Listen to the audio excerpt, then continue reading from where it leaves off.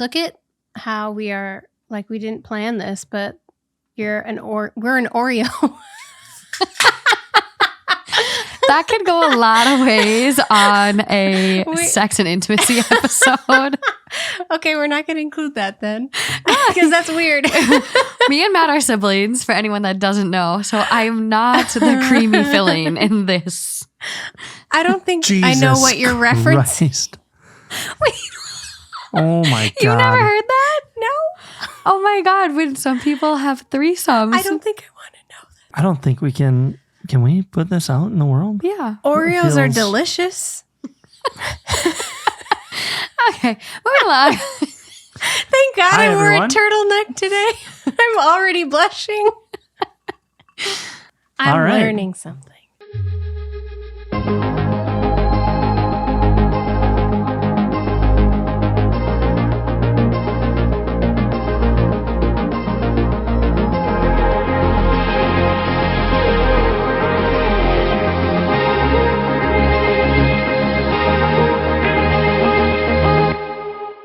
Here we go. Here we go. Hey, everyone. Welcome to another episode of Midwest Married. And tonight, we get the honor to sit down with Morgan from Two Hot Takes. It's going to be a wild one tonight, I think. That's my DJ. It's going to be interesting. It's going to be fun. Our overall theme tonight revolves around the birds and the bees, intimacy and sex. I love it. We've been really looking forward to this one.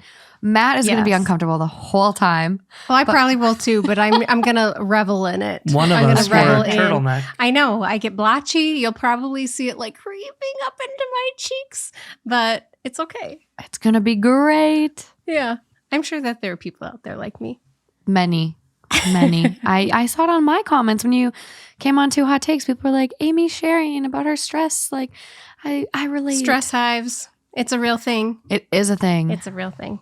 Oh, hey, should we introduce ourselves? Because we've forgotten to do that every single time. Oh, yeah. Who are you guys? I'm Amy. And I'm Matt. And you guys are, I already introduced Morgan. you're There we married. go. So- we are married in the Midwest. And you live in the Midwest. Midwest married. And I think Yeah. this will be an interesting episode because we're coming from two different places in our lives. I Yes. got about 8 years on Morgan. Me and Amy are married. You are not. Nope. So it'll be interesting where we talk about sex toys and positions and orgasms and yikes, here we go. So I think what we'll do just There's to going to be a lot of just to giggling this episode, I break think. the ice. Let's kick it off with a Reddit story. Okay. And then we'll hit some of these higher points I that we love got it. here. All right. So That's what she said. posted OP. Am I the asshole for lying to my pregnant fiance about a sex toy? The first paragraph will probably make me sound like the asshole, but please keep reading beyond that. My fiance is 5 months pregnant. During this pregnancy, our sex life has virtually disappeared. She doesn't want to have sex, kiss, touch, or even so much as a hug from me. Because my main form of emotional expression is through touch, this has left me feeling hurt and rejected. I've been pretty positive, but one day she used my laptop and saw recent porn usage. She has no problem with me watching porn, but she knows it's something I haven't really watched in years.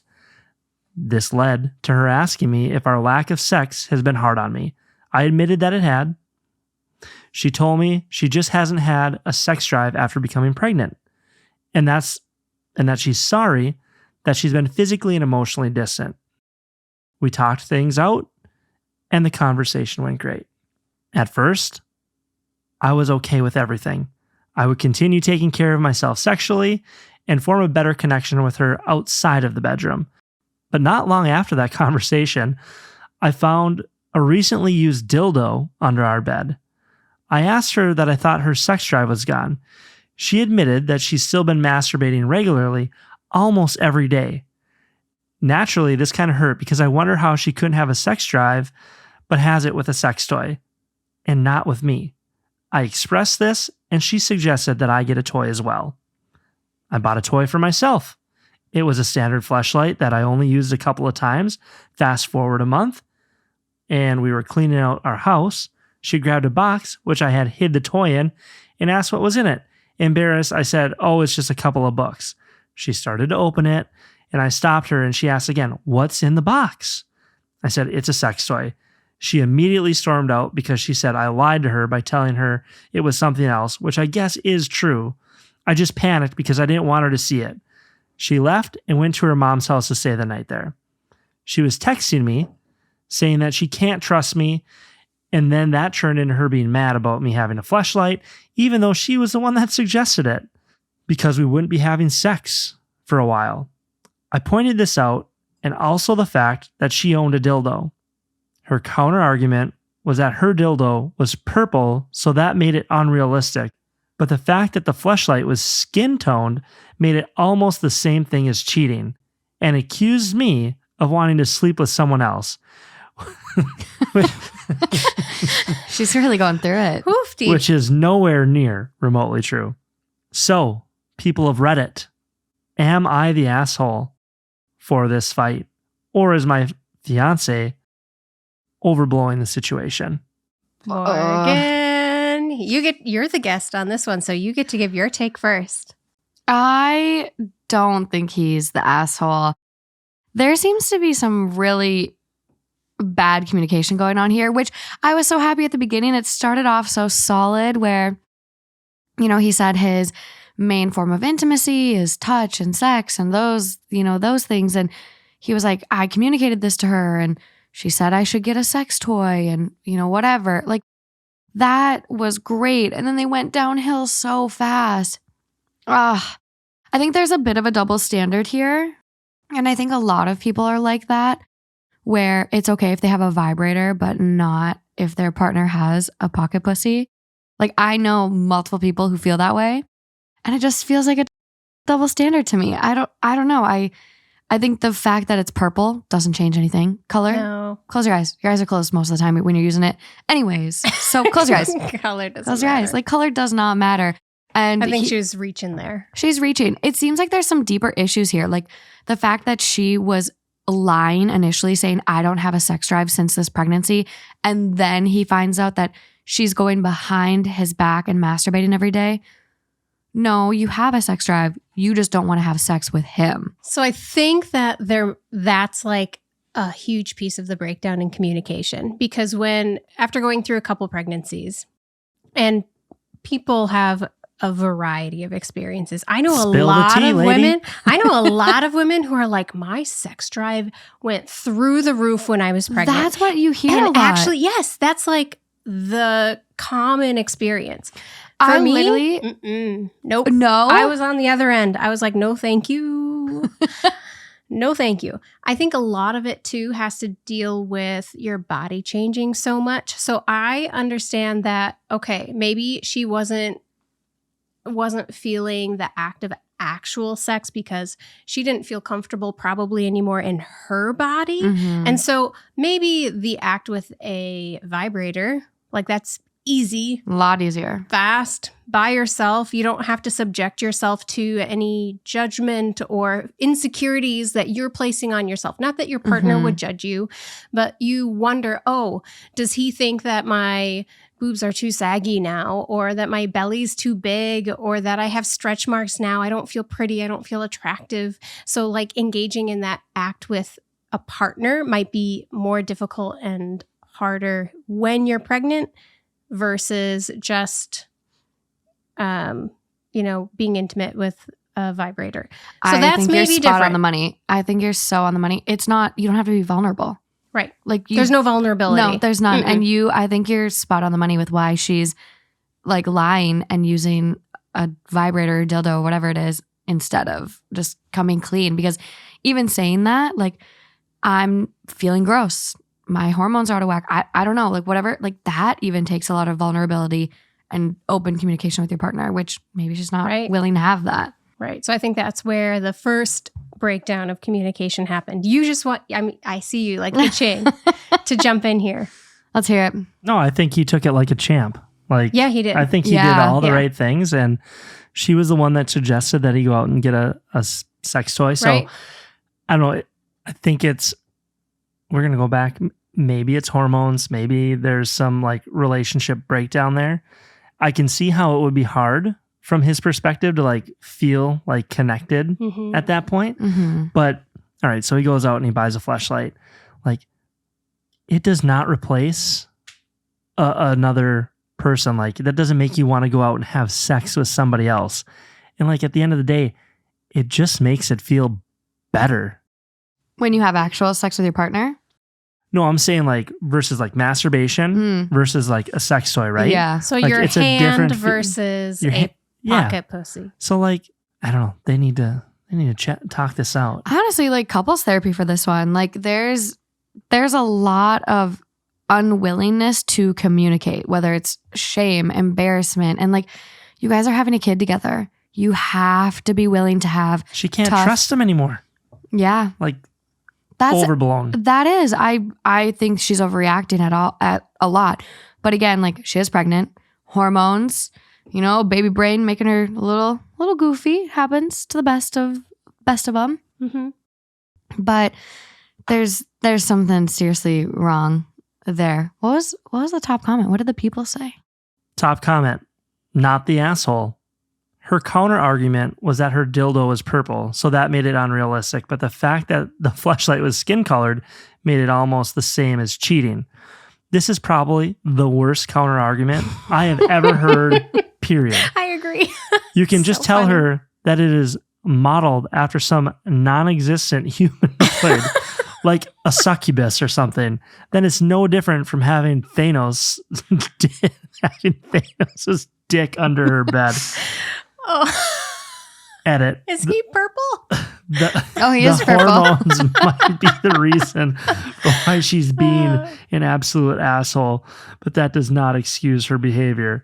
I guess a lot of people did come out with the hormones. And Yeah. I feel like for me, like it's been Shark Week for me this week. And I've just been like so emotional and just like ready to just like murder a lot of people. And you do like in hindsight, you stand back and you're like, okay, I was actually a crazy person. So the fact that she hasn't reapproached him and been like, hey, like, sorry, no, you're right. I told you to get one. I was being a little over the top. What are you giggling about over there?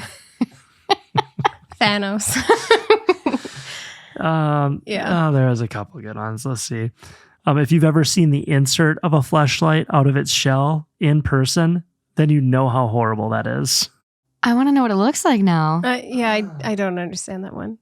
Here's another top comment. I'm going to throw it out there. And this is an interesting take. Most likely, it's not even the hormones. Sometimes people lash out when they feel guilty. I think she feels guilty for not feeling like having sex with him and has no idea how to handle it. So it is being massively unfair to the OP. I hate it when people do that, but it's extremely common. I do think acting ashamed by it, as OP did, made it seem like a bigger deal than it was. She's an asshole, but they can likely fix it. If OP can talk to her about how she has no reason to be insecure, then we're all good. Yeah, I can I see think that that's a good point. being projection. Well, and she probably does feel guilty or like I'm not enough. Like Right. he did end up going out and getting one, and now it's right in my face. I'm not enough. I would venture to guess, and I don't know what the statistic is here, but I would venture to say that like most people masturbate by themselves. Like Look it up. when they're alone, not when their partner is like next to them or in the same room. Like, so like it becomes this very like personal thing. So when like he had to like admit that was in there, it was kind of like, okay, like I don't want her to, like, I don't know. I feel like, you know, he would get embarrassed maybe. I understand that. I don't think that's a big deal. But well, and I wonder like she didn't have hers in a box and then like, oh, what's in there? Like he found hers when she wasn't around. she hid it under the bed. She didn't put it on the nightstand. Yeah. So I mean they're both kind of like ashamed or embarrassed or Yes. whatever. Like they're both not openly talking about like, hey, whatever my reason is for not being intimate with you, I have a dildo. Like they're not openly talking about it. So they're both feeling a little guilty or ashamed.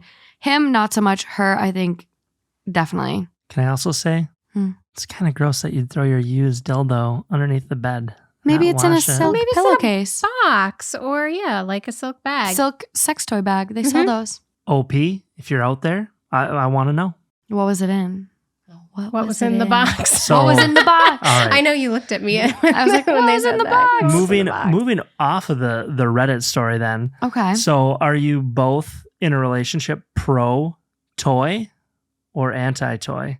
I'm very pro toy. I think toys are supposed to be your teammates and not competition. And I think like a lot of people, like we were looking up stats before we started this today, and 70 to 90% of women, this is the one I found the craziest, cannot have a penetrative orgasm. They need something else. 70 to 90%. Yeah. The majority. The majority. The vast The majority. Big majority. So it's like, why they need wouldn't clitoral stimulation? So why wouldn't you throw on a cock ring? Why wouldn't you have the little cock ring that scoops up and vibrates on the clit while you're hitting it? The likelihood of an orgasm then, it's got to shoot through the roof. So I think I think a lot of times if you're not pro toy, this is my personal thought, I think it stems from like some sort of insecurity, feeling like you're not enough. Maybe it's confidence. Or maybe also the social stigma that we have been growing up with in this culture. Yeah. So, I mean, I can't ask you, I guess, about your mom. I think your mom probably would have talked to you about sex toys. No. My mom never did. No, I did not. Okay. I did not get the sex ed talk that Matt got. Okay. Because she was, when we were younger, she was very progressive, I would say. And very liberal in her sex talks that she had with us. It's so she was different very too. open. Son versus daughter. That's a whole nother talk. Double in and of standard. itself. Double standard, yeah. I think I'm also pro toy because in my opinion and in my experience, and I think the statistics show that it kind of, in your whole sports analogy, levels the playing field a little bit for men and women, at least, in heterosexual relationships and sex. I read a statistic once where please correct me if I'm wrong, but on average for a woman to reach orgasm, it takes 20 minutes versus, and I don't know how many minutes it takes a man to reach orgasm during sex, but I would venture to guess it's a lot less. You could seems like it would be, probably look that up. But so I feel like it levels the playing field a little bit. And so that you don't have to, I guess, from my perspective, put so much effort into attaining that orgasm and you can just relax and allow it to be. I felt like, especially pre-toy era, how about that? Yeah. That there was a lot more pressure on me to make sure that I was also satisfied because I know that my partner measured his, honestly, value in the bedroom on whether or not I climaxed or not. And so that in and of itself felt like a lot of pressure. So then when you take that pressure off and it's just like, okay, easy, here we go. Easy, here you go. It just levels the playing field. I would say our pre-toy era was very much turn taking, where I cannot last as long as you can last normally, right? So it would always be like, okay, I would go down on you, we'd do oral, you would orgasm, then we'd start having intercourse, and then I would go. And then it was like, okay, you go, I go. Where now it's like, I think you had mentioned, it's like a teammate. It does level the playing field and it puts us kind of on the same level. On the same so level. It's together quite often. Yeah. Which that's fun. Well, yeah. And a lot of people can't say that. Like the turn taking thing, I think is a great like solution versus one partner not getting their needs met. And I think that's very common for so many people, especially when you're first starting out, like learning what it takes to get you to orgasm with someone else and not just a toy. Because that takes work too. Like I think if you haven't had an orgasm, and I would love to know the stat of women that have never had an orgasm. Oh, yeah. Because I have multiple friends that have not had an orgasm at all yet.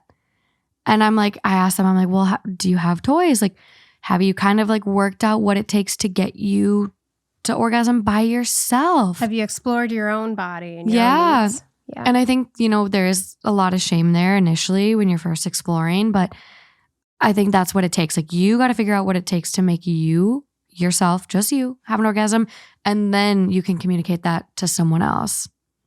Yeah. And I think it's so funny, like the toy conversation, because I do think like you made a good point where this is mostly like cis-het couples.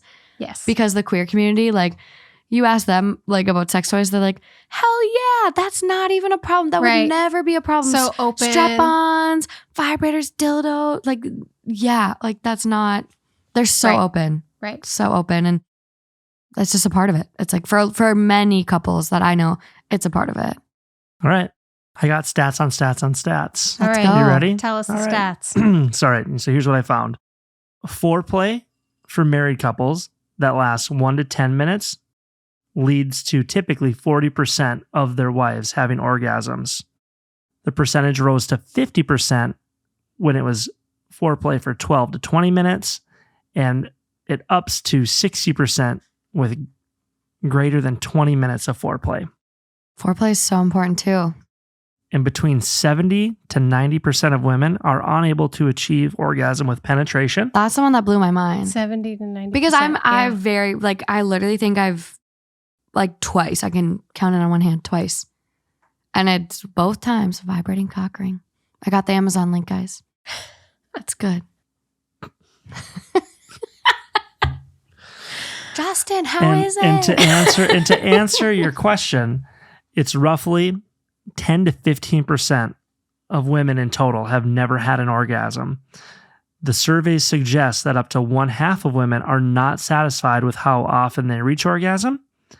Sexual response involves the mind and body working together in a complex way. Yeah, and I would say that's one thing. Like, I have to really, like, I literally cannot have an orgasm with my eyes open. I have to have my eyes shut. Mm-hmm. I have to, like, really be in Zen mode. Mm-hmm.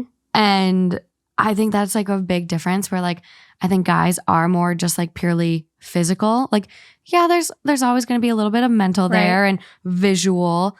But I think women are really, really mental as well. Yes. Well, we so often are the house managers and we have all of the list of the things to do, like running through our brain. I mean, how many of you, like before you go to bed, like that is the list. Okay, I got to think about tomorrow. Like we need to do a bag lunch because there's a field trip and we got to get the kids, make sure, oh, it's going to rain tomorrow. Raincoats. Where are the raincoats? I have no idea where the raincoats are. Oh gosh, you know what? We missed the well child visit. I need to get that scheduled. It's probably going to be booked like 2 months out. The dogs, oh my gosh, the dogs are way overdue on their vaccinations. I got to call them tomorrow. So, well, this is my brain apparently. Yeah. Before bed, Wow. going through the checklist of all the things. The laundry's not done. The dishes aren't done. Gosh, You're speaking to every person out there 3 months since with anxiety. I washed my floors. I feel that. So it's a list. And it's not necessarily like stressing over the things. Do you think but about that it's list like during sex? It's like the During? So at the I need to consciously turn it off. Yeah. So I think that's part of the reason that foreplay is so important. Yeah. I need to be like, okay, turn that off. I need to be like here in the moment right now. Because if I'm not here in the moment right now, things are not going to be as good or successful. Successful. That's the best word. So I think that that's a lot of the reason that foreplay is so important. Yeah, I agree. Are you guys cool with them watching porn? Yeah. Are you asking me? Mm-hmm. But just in general, are you both cool with him watching porn to resolve his needs? Oh, the guy him, from the this Reddit guy. story? In the Reddit. I was like, who are we talking about? Sorry. Rewind. Who's him? All right, Yeah. we're just I thought you meant Justin in the other room. But yeah, I feel like Justin or past partners, like porn hasn't really been an issue. But I've also had partners that aren't like addicted to porn because I think that would be a problem. Like I know one of my friends dated someone in the past that would watch porn for hours every day. And like that became a problem. See, So I think there's that's a complicated question. Yeah. That's why I hesitated in answering because, who are we talking about? What are the circumstances? I just saw a comment on here that somebody was not cool with him watching porn. A lot of people don't like their partners watching porn. And I do get it in the regard that porn creates very unrealistic expectations of what sex is. Right. Well, it's not real. It's pretend, right? Yeah. But a lot of people don't get that. Yeah. Like, Or especially young kids. Like Young that is guys. their introduction to sex a lot of the times because Yeah. it's so available. It's so like it's accessible. It's just a click of the button away. And I want to learn about sex. What is sex? How should I be? And yeah, it creates unrealistic expectations for both men and women. I think porn is like a lot of young boys or young people, like you said. But like, I think there's a bigger problem with young boys and that being their first experience or education on what sex is. You scroll the first page of Pornhub and it's pretty bad. And so if that's what they think all sex is, like, It's not a great education. no. And I've seen Reddit stories where there has been a lot of issues in people's relationships where my partner just does not like having sex with me because I'm not as animated. I don't get as crazy. I don't like to be had this done to me, like, so I think it's hard when that's the initial experience. I don't know. I'm kind of talking to myself. I'm like, do I like porn? I don't know. What's your perspective on that? Yeah, I've definitely seen some porn in my life. Just a little. No, I don't know. I think that it would probably like pornography in some form was like probably my first introduction. I remember we were like 8 years old, a group of us kids. We snuck into the junkyard and we found tons of like 19 vintage Playboys. I found them. You hid them in the field. Matt used to have like a pigeon shooter. It launched clay pigeons so then you could shoot. And I went out there one time we were like 8, so picked up the clay pigeon thing and there it was, all the magazines, a little. And so that means how definitely old was stole. Morgan? Jeez.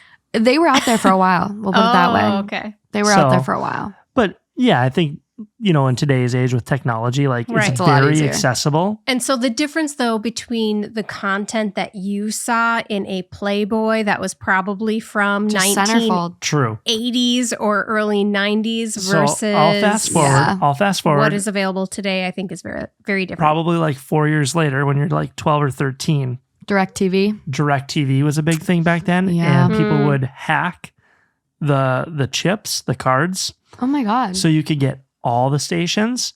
And then people in our household would go to bed and then like the kids, we'd like find all the naughty Yeah. stations. That's Yeah. how Taylor, our little brother, Taylor's first experience, like my dad tells the story too. Taylor's sitting in front of the TV at the duplex watching DirecTV porn.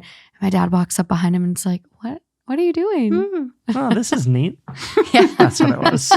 Is that what he said? Oh, Yeah. this is neat. Yeah. That's funny. So I think as long as you realize that it's pretend, it's not Right. real, Actors. Mm-hmm. and you shouldn't expect what happens in those videos to happen outside of those videos in your real Right. life Yeah. expectations. Now things can, as long as you're having conversations, yada, yada, yada.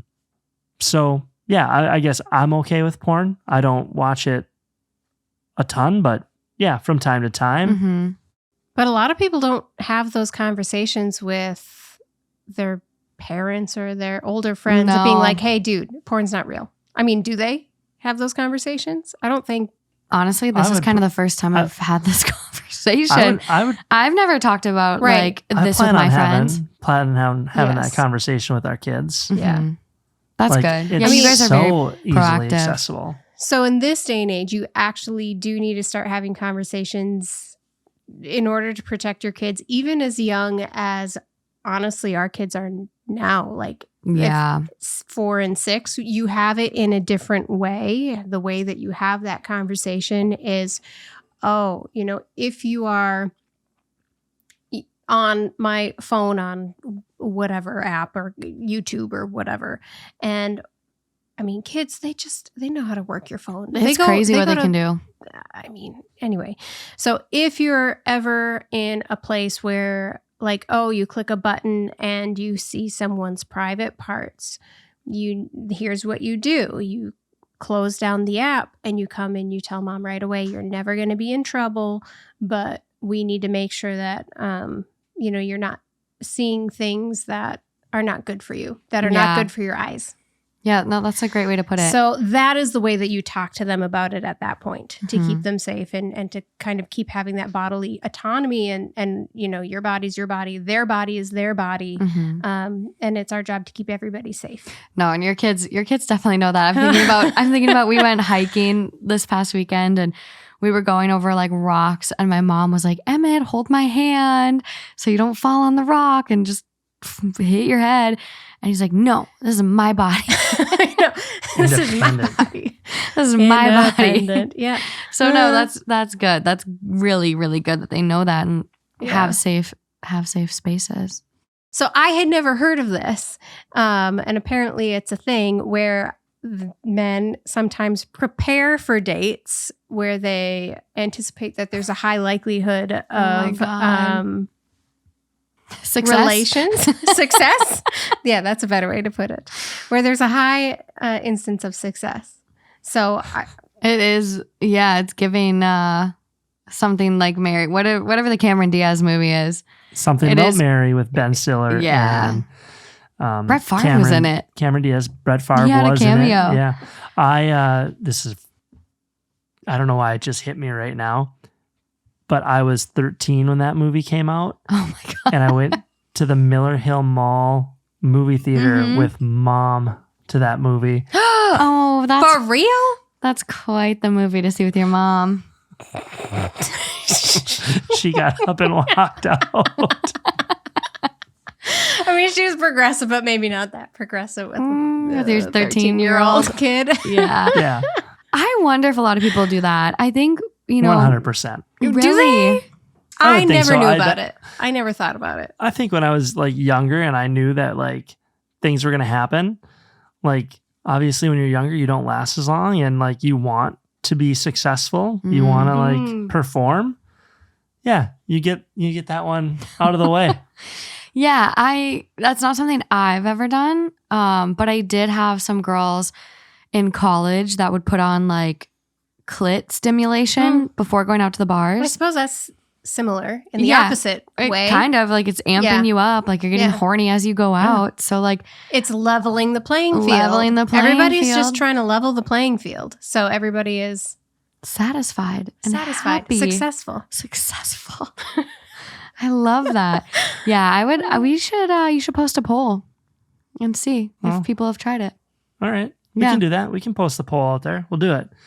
That'll be good. Before we jump to the next story, because it also just came up, did you guys know that porn, for anybody that's like trying to, be successful in the bedroom and they watch porn and do the deal to like get off beforehand, porn actually can increase premature ejaculation?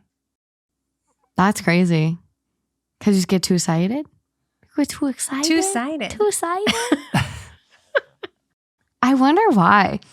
I just learned be with like visual stimulation, visual right? Stimulation, like especially for in men. front of you too. That's yeah. I just learned about something really interesting called death grip syndrome. What is that? You have to literally squeeze your dick so hard, and that's the only thing that can make you come. You have to like beat it like it owes you money, is what they said on the Reddit story. I thought that was like stop things. Not for these people. Yeah. I feel like maybe they've had some trauma. Honestly, it could stem from something deep down. Maybe there's a physiologic reason though. I don't know. You it's all about blood flow. You're curious now, aren't you? I know. The little PA in you. I wonder why. What's the ideology behind that? Yeah, I am. I am too now. We're going to look it up after. We're going to jump to the next story. Okay, let's do it. Maybe they have some atherosclerotic disease. All right, here we go. Story number 2. Am I the asshole for telling my friend that my sex life has nothing to do with her? My friend Olivia, 25 female, has been living at the home of my partner, 30 male, and I, 26 female, for about a week. Edit, made a mistake there, actually a few weeks, as she has had some financial problems and was evicted from her house. That's fine. She cleans up after herself, she's respectful of the house rules, etc. Anyway, she pulled me aside a couple of days ago and asked me if I'm really dating my partner or if we're just pretending. I asked her what put that in her head, and she said that he and I never do coupley things like kissing or PDAs, etc. She also brought up the fact that we don't share a bedroom and asked if everything was okay in our sex life. I am asexual, and so is my partner. My friend is not aware of this, as I have not come out to anyone about this, but still, it's a weird question to ask. Is it not? Also, it's ludicrous to me that she went to the conclusion of my partner and I being in a fake relationship. I said everybody was fine, and it's really none of her business. She dropped it, but then yesterday she brought it up again, saying she was concerned because I seemed quite defensive and snappy when she brought up my sex life in the prior conversation. I'm not always aware of my tone. I have alexithymia and autism, so I'm not very good at reading, recognizing emotions in myself. So I could well have come across as defensive without realizing it, but I don't know. She then went on saying she wanted to continue the conversation and asking if I was waiting till marriage and whether or not my religion was forcing that. As she noticed, I didn't seem happy about discussing it with her the last time, so it might be a difficult topic for me. I said that she was correct.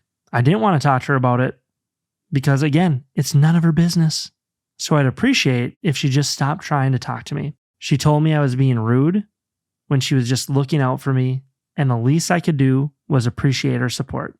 She has been a victim of Christian purity culture, so I understand she was trying to help or to make sure that I was okay. But I don't appreciate her still trying to talk to me about it after I told her that I didn't want to. Am I the asshole? Oh, there's so much I want to unpack with this one. Like so much. Where should we start? Any thoughts? This is not my realm because I'm a pretty open person, and I guess like talking about things in front of people, around people, or like I'm pretty comfortable. Well, I sure hope so, because we've talked about a lot. So we can talk about friends. anything you want to talk about. Yes. Yeah. Yeah. So you have a hard time relating to that. I have a hard time relating to that. Yeah. So yeah, I don't know. And them both being asexual, they're both not out from what I understand. So like things are just complicated. And she's right. Her friend should mind her own business because after the first initial, I'm like, you need to respect those boundaries. Yeah. And the first one, I was like, hey, like, you know, I openly talk about sex with my family and a lot of my friends. So I don't think that's necessarily a weird question if you're really close with someone. Right. Close enough to let her live with you. So I think after the first, one, like maybe there was like kind of like you didn't need to be so like snappy. But repeated crossing that boundary after being like, hey, it's none of your business. Yeah. But I will say like, asexuality and like not wanting intimacy isn't really something we've talked about. No. And that is huge for a lot of people. There are a lot of asexual people out there. And I don't think it's anything to be ashamed of. Like, and I get like with the queer community and, the more expansive, LGBTQ plus IA community, like you don't know who's safe. You don't know who to trust. So I can understand waiting. But at the end of the day, like that's you. It's who you are. And if this is a really close friend, like I think she would be understanding that you're asexual and this is just how you and your partner operate. Like there's nothing to be ashamed of. This seems like a great relationship. You met the perfect person. Hold your thought because I know you got a lot to say. I see it. I see you it see too. The wheels turning. So can you guys help me wrap my brain around what asexual is? Okay. So it's referred to as ACE, right? Okay. That's like the abbreviated term. The abbreviated term. Yes. Yes, if someone is ACE. Okay. Asexual. Yeah, just so I have a full like comprehension of what I'm talking about. It- here. I don't think everybody knows. I think it's kind of a newer concept. It can vary a lot depending on, asexual is also kind of a spectrum where, from my understanding, again, I'm only judging off like what I've learned from people who are asexual or online. But I think it does really vary where some people are like, they don't want any intimacy. They don't want any sex or kissing. They just don't enjoy that. But then there's some people that just don't want sex, but they still are okay cuddling and having close contact with a partner. So I think it really depends and varies, but I think you should Google a definition just to see what Google can give us. Okay. So asexual means having no sexual attraction to others or a lack of desire to have sex. Yeah. And I see here too that it does say, but they may engage in sexual activity. So I think some people do it like for their partner sometimes, which I've seen a lot on Reddit being an issue, where there's just kind of that imbalance where they were happy before they got married and then learned they were asexual down the road. I'm fully in the boat of like, whatever floats your boat. Right. Whatever makes you happy. You do you. Yeah. But I think there is a big community out there that does identify that way. And I think like something too, like my OT brain is coming out and I'm like, oh my God, we haven't talked about sex for people with disabilities yet. We need to talk about this. All right, that's next. Okay. Yeah, okay. But anyways, we can keep rolling on this one. I mean, you could dive into her being scarred by the Christian purity side of things that I don't think necessarily is a super great upbringing for a lot of people. Okay, Yeah. let's get back to that because I still have some things. Yeah, I have some thoughts. I have some thoughts because I think that honestly, they both have the best of intentions. They obviously are close enough to offer her to come and live with them. She has been observing. She's not probably familiar with this type of relationship. And so she's like, are you okay? Like that's what I'm hearing. Yeah. Are you okay in your relationship? Are you happy in your relationship? Well, is this because in my world, sex is a super important part of a relationship and that physical intimacy is a really important part. So are you okay? Are you happy? And her being maybe probably brushed off because if you're uncomfortable with discussing a topic, I think it's really easy to be like extra worried. She's giving me the brush off. Like, okay, something but it's must also really be going on. Exactly, but it's very easy to brush off. Yeah, we're fine. Yeah, we're fine. Yeah, we're fine. Like, I don't want to discuss it. I don't want to talk about it. But how often if you're really concerned about your friend, like say they have some depression and you're like, I'm really concerned about you. And they're like, I'm fine. And they brush it off. And you're like, I'm still really concerned because I have no resolution to this. Yeah. And I'm really concerned about their relationship. This is what I'm seeing. So then you bring it up again, even though that boundary was kind of set. And you're like, no, but seriously, are you okay? And you're like, but seriously, I don't want to talk about it. Yeah. So I think it's a tug of war. Although she's not yet comfortable saying, hey, I'm ace. This just works for us. Yeah. Maybe saying it in other words that she's more comfortable with, saying, hey, I know you're concerned. Our relationship might look different from what you're used to, but we're really happy together and this is what works for us. Like that's what you don't have to dive into you don't have to be so specific with the details if you're not comfortable, but I think that there's a way to kind of give that reassurance. That was my perspective of what she was saying. And being on the autism spectrum, and she said, I have a hard time reading people. Maybe that's where her friend is coming from. Maybe she's coming from an area of concern. I think so. I mean, if I were to put myself in these shoes and I moved in with some friends that are dating, I would initially be like, wait, you guys don't share a room? Like, is that just because someone snores? Like, someone a kicker? Like, what? Like, everything good? Like, I would be curious. And if someone's letting me move into their home, they're a really close friend. Right. And maybe that's not the case. But, like, I don't think there's anything wrong in asking. I think it just boiled down to, like, a miscommunication, some shame. Where's Justin? Maybe. Yeah. Editing. But, yeah.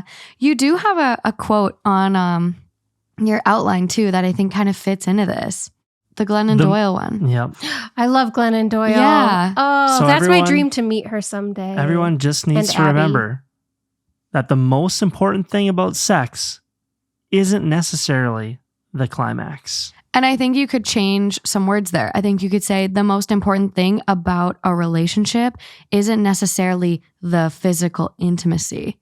I think that like could really fit, because like if you look at relationships that last long term, you need mutual respect, you need communication, you need other things. The intimacy, yeah, that's a part of it for some people, but it's not a necessity. Like it's not the majority of a relationship either, I don't think. No, and oh my God. Oh. I think Glennon Doyle was like trying to like calm down her husband at the time and was like, hey, I still enjoyed it. Even though I didn't climax, I still really liked having sex with you. It's not the most important thing. Yeah. Well, and I've had that conversation. Sure that is where that came from? I think that might be your assumption, but I follow them. That was like a joke. Well. Okay, that's a joke. Okay, that's your interpretation. Okay. Oh, all right. People. We are taking you very seriously. This is a very serious conversation about sex tonight. Flew over my head. But I follow Glennon Doyle and Abby and the We Can Do Hard Things podcast. It's excellent. Mm-hmm. You don't need to whisper. So I will shout it from the rooftops. They're fantastic. Okay, so I think I remember this quote or them talking about this quote, and they had a guest on that talked about how climaxing, like you can have a successful, intimate episode without the climax, and you can turn to your partner and say, that was really nice. I'm satisfied. It's okay if you don't reach that climax. Climax isn't necessarily the measure of success. Yeah. Really, the measure of success can be how well you connected with your partner physically. Yeah. Yeah. Well, and Justin and I have had this conversation. Like, I literally, there's a saying where guys, like, if you have too much to drink, you get like whiskey dick. Mm-hmm. Well, sometimes I get whiskey clit. And it's a thing. It just doesn't work. No. Like, and it's a thing. And so it's like, he feels bad. I'm like, it's not going to happen tonight. Or sometimes with the laundry list, maybe it was a stressful day. You can't get it out of your head. Exactly. Maybe it's just not going to happen. You can still enjoy the process and the experience and be satisfied. Yeah. And that is it. Like, I still leave. I'm like, that was still so fun. That was still so good. It felt good. Glad we did that. Everything else was great. I didn't, that's the 1% out of the 99. Like, right. It didn't need to occur for everything to be good. So, right. I think we need to have another poll, maybe. Mm, maybe not. Maybe I'm way off base, but I definitely think male versus female type response that you guys gave, right? Maybe. For sure. I think for sure. So much easier for men. Penis, testicle havers. Yeah. Yes. Yeah. It feels from an outsider perspective. I would love to experience it once. Oh, I would too. But it feels like it's a lot easier. It seems like it is. Oh my God. It just like you snap your fingers and they come. Bam. Well, bam, bam. Thank you, ma'am. Thank you everyone for listening. Please I'm not done yet. No, we got to talk about sex for people with disabilities. This is going to be our longest episode ever, and I'm so here for it. I'm going to address it. It can be my soapbox at the end of this. Do we have like any info on that? or should we like save that for its entire like info? Morgan has episode. All the info. For like a different episode. Was big part of my doctoral capstone, basically my thesis. I gave a presentation with stroke survivors in one of the hospitals I worked at. And a lot of them have disabilities. They can only move half of their body, whatever that looks like, post-stroke and then recovery. But I gave a speech and talked about different like tools, whether it be a sit and bounce. So it goes over your partner. Dick can come through if they're on the bottom and the person on top just sits and bounces. There's so many tools. So I gave this talk. I talked about all this stuff. And one person came up to me after and they were like, thank you so much for doing this. I'm 7 years post-stroke, and you're the first person to talk about this with me. I think everyone should be getting it. Stroke patients. Everyone. Yeah. Sit and bounce. There's tools out there. I just don't want anyone to feel discouraged. And I think if you do have a disability, or even if it's just, there's so many chronic syndromes out there. Like I think about MS, where you might have low energy. Right. So I'm like going back to the spoons theory. And even me, an able-bodied person, I think about the spoons theory. Like, so sometimes when me and Justin are traveling, I'm like, I know we're going to have a really busy day and I'm going to get to the end of the day and not have any spoons left. We need to fuck now. What is the spoons theory? I don't know what this is. Oh my God, this is going to be great. This is going to be great. What is it? So the spoons theory is a theory meant to describe people with chronic illnesses or disabilities and explain that they only have a certain number of spoons per day. Spoons is like activity tolerance, energy level, all of that. So a person with MS, they might have 5 spoons a day. So to get up in the morning and shower and brush their teeth, that's 1 spoon. To then work, that might take 2 spoons. So they're at 3 spoons already and they only have 2 left. Right. And you think about all the other tasks they have to do. Like imagine if they had kids. Yeah. Taking care of their kids might be 2 spoons and then they're out of spoons. So the spoons theory, you can go into a deficit, but then you pay for it the next day. And so it talks about how people with chronic illnesses should really evaluate where they're putting their energy. So if you have a partner and sex is important to you, you should reserve time earlier in the day when you have more energy, and that's when you should do it. It's easier. You're ready to go. Right. And you designate a spoon that way. Morning and midday sex is the best sex anyway. I know. It's great. The nighttime is the right time. You looked up the spoon theory over here, huh? I got it. Yeah. I mean, you nailed it. Yeah, it's just an energy. I have 5 spoons left. I have 1 spoon left. I'm tapped out. I got no spoons. Yep. So I also heard a quote, like you can, and for that analogy, you can relate it back to like your marriage. Like, hey, I'm at 10%. You need to pick up the other 90%. Yeah. So I literally get it. just I watched understand. something on this too, where it's like if you're both under 50%, 50, Calling grandma for the babysitter. Yeah, there's like a real problem. But like, yeah, relationships aren't 50-50. You might have to pick up a little more. But you know who that was? Another super smart woman. Mel Robbins? No. Brene Brown. Brene Brown. It was Brene Brown. Yeah, I knew I heard it it's somewhere. Brene Brown. But talking about spoons and kind of looping it back to the beginning of this episode, because I know you're really, shut the fuck up. No, it's fine. But I have another bad joke. after I say this. Don't do it. But with people that have disabilities or chronic illnesses, and especially with the spoons theory and limited energy, this is why sex toys are teammates. Yes, they are teammates. They're definitely not You don't competition. run out of spoons as quick. They preserve your energy. Again, leveling the playing field. Yes, I love this. Did you hear him? It was so Way good. to go, Matt. Way to go. You learned No, so I know fast. he's totally on board. All right. I know he's totally on board. Hold on, though. Also, from a medical perspective, I think that sexuality is something that is often forgotten about It in is. medicine. And it's I an make it- ADL. It's an ADL, baby. Yeah. At least I make it part of my practice, especially for complete physicals. I'm going through my routine things. For women, you get to that part, and I'm sure that the EHR always reminds you about like, because they always ask the question like male partners, female partners, or both, right? That's my cue to remember, okay, are you having any pelvic issues, any pain with intercourse, especially for women, postmenopausal women, postmenopausal dryness? I mean, that's something that we can fix. Coconut and we oil. can, but also, Medication. yeah. So there are things that we can do to address that and help that, because it's a really important part of life that you don't have to go on and silently suffer or have your relationship suffer because of a physical limitation. Yeah. But also men, especially men who have high blood pressure, sleep apnea, very, very common, obesity, people who have diabetes. It's really common also to have, or with atherosclerotic disease, smoking, erectile dysfunction. Oh my gosh. So then when I get to that part in my EHR, it's a cue to be like, okay, is everything working okay?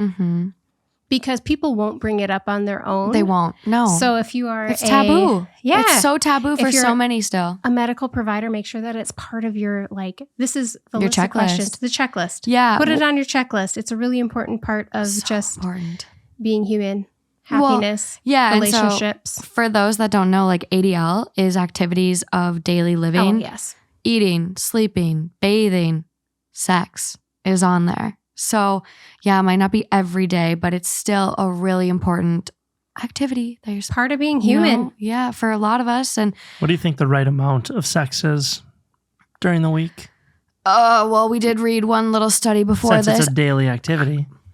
I just banged my knee real hard. Oops. So that look if you're watching on YouTube.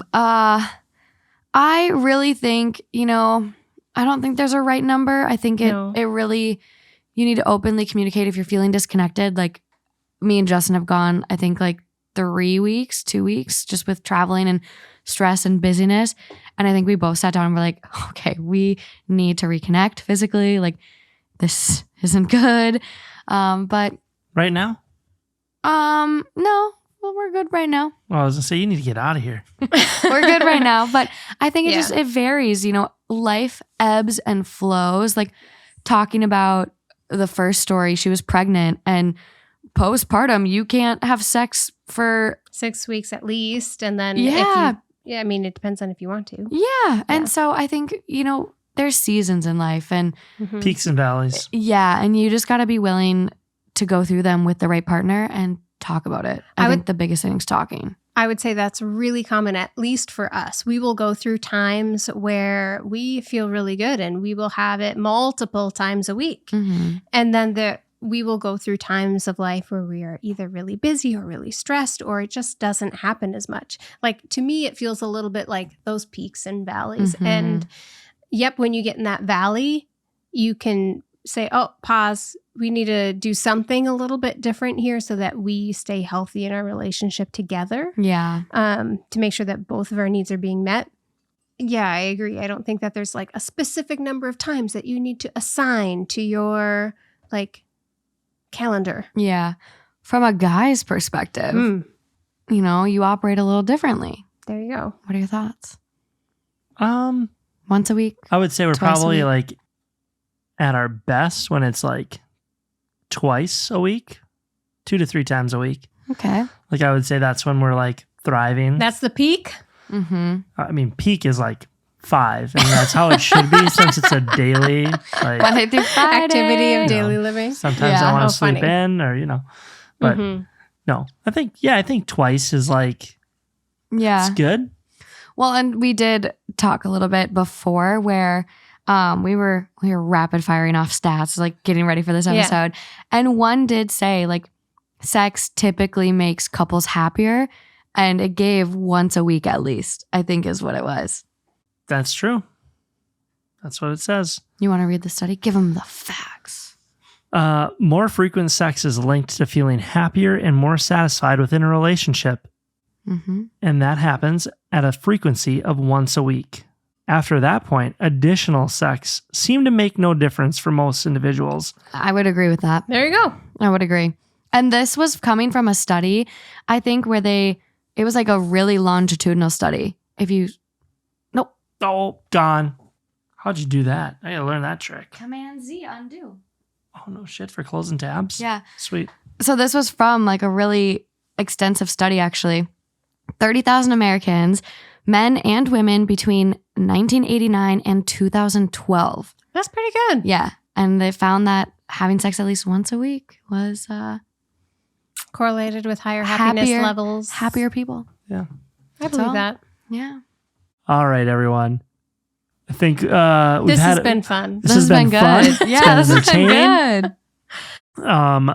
We will definitely have more episodes revolving intimacy and all the fun things that go along with that. But I think we're going to wrap this one up. Please subscribe, like, and follow us on Instagram, YouTube at Midwest Married. Bye. Bye.